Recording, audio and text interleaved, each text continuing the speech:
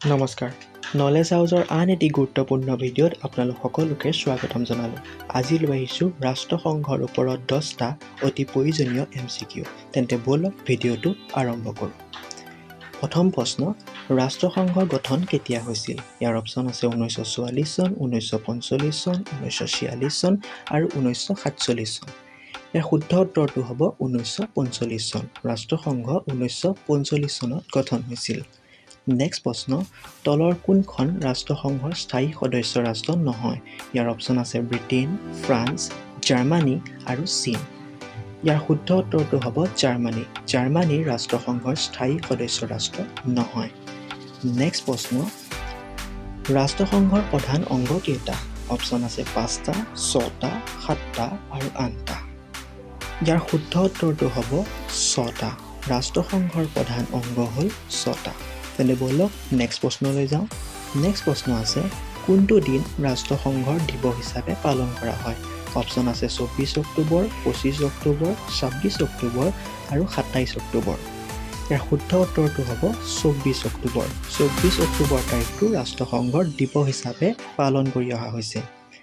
Next প্ৰশ্ন, ৰাষ্ট্ৰসংঘৰ বৰ্তমান সদস্য ৰাষ্ট্ৰ কিমান?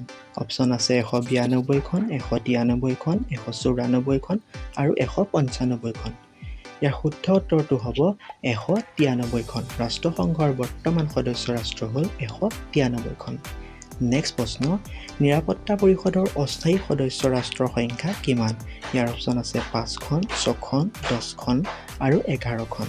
ইয়াৰ শুদ্ধ উত্তৰটো হ'ব 10খন। ৰাষ্ট্ৰসংঘৰ নিৰাপত্তা পৰিষদৰ অস্থায়ী সদস্য ৰাষ্ট্ৰৰ সংখ্যা হ'ল 10খন।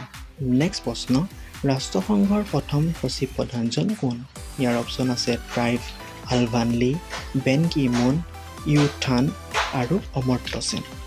বন্ধু বান্ধৱীসকল, ইয়াৰ শুদ্ধ উত্তৰটো হ'ব ট্ৰাইভ আলভানলি। ট্ৰাইভ আলভানলি হৈছে ৰাষ্ট্ৰসংঘৰ প্ৰথম সচিব প্ৰধান। তেন্তে ব'লক নেক্সট প্ৰশ্নলৈ যাওঁ। নেক্সট প্ৰশ্ন আছে, ৰাষ্ট্ৰসংঘৰ বৰ্তমান সচিব প্ৰধান কোন? অপশ্যন আছে ট্ৰাইভ আলভানলি, Ben Ki Moon, Antonio' Guterres আৰু অমৰ্ত্য সেন। ইয়াৰ শুদ্ধ উত্তৰটো হ'ব এণ্টনিঅ' গুটেৰেছ। 2017 চনৰ পৰা তেওঁ ৰাষ্ট্ৰসংঘৰ সচিব প্ৰধান হিচাপে নিযুক্ত হৈ আছে। নেক্সট প্ৰশ্ন, ৰাষ্ট্ৰসংঘৰ মুখ্য কাৰ্যালয় ক'ত? অপশ্যন আছে নিউয়ৰ্ক, দিল্লী, বেইজিং আৰু জাকাৰ্টা। ইয়াৰ শুদ্ধ উত্তৰটো হ'ব নিউয়ৰ্ক। নিউয়ৰ্কত ৰাষ্ট্ৰসংঘৰ মুখ্য কাৰ্যালয় আছে।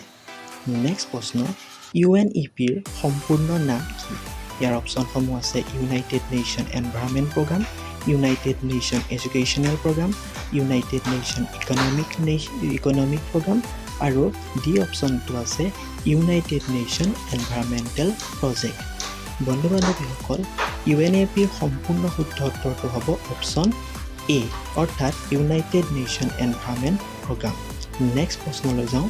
নেক্সট প্ৰশ্ন, ভাৰত কেতিয়া ৰাষ্ট্ৰসংঘৰ সদস্য আছিল? অপশ্যন হ'ল 1945 চনৰ 24 অক্টোবৰ, 25 অক্টোবৰ, 26 অক্টোবৰ আৰু 30 অক্টোবৰ। এইখিনিতে এটা কথা কৈ থওঁ, আমি নেক্সট ভিডিঅ'ত দিৱস আৰু তাৰ তাৰিখ সম্পৰ্কে আলোচনা কৰিম। গতিকে চেনেলটো ছাবস্ক্ৰাইব কৰি থ'ব যাতে ন'টিফিকেশ্যনটো আগতীয়াকৈ পায়। ইয়াৰ শুদ্ধ উত্তৰটো হ'ব 1945 চনৰ 30 অক্টোবৰ। ভাৰতে 30 অক্টোবৰ তাৰিখে ৰাষ্ট্ৰসংঘৰ সদস্য হিচাপে যোগদান কৰিছিল। তেন্তে আজিলৈ ইমানেই। লগ পাম আন এটি ভিডিঅ'ত। তেন্তে আজিলৈ আহিছোঁ। নমস্কাৰ।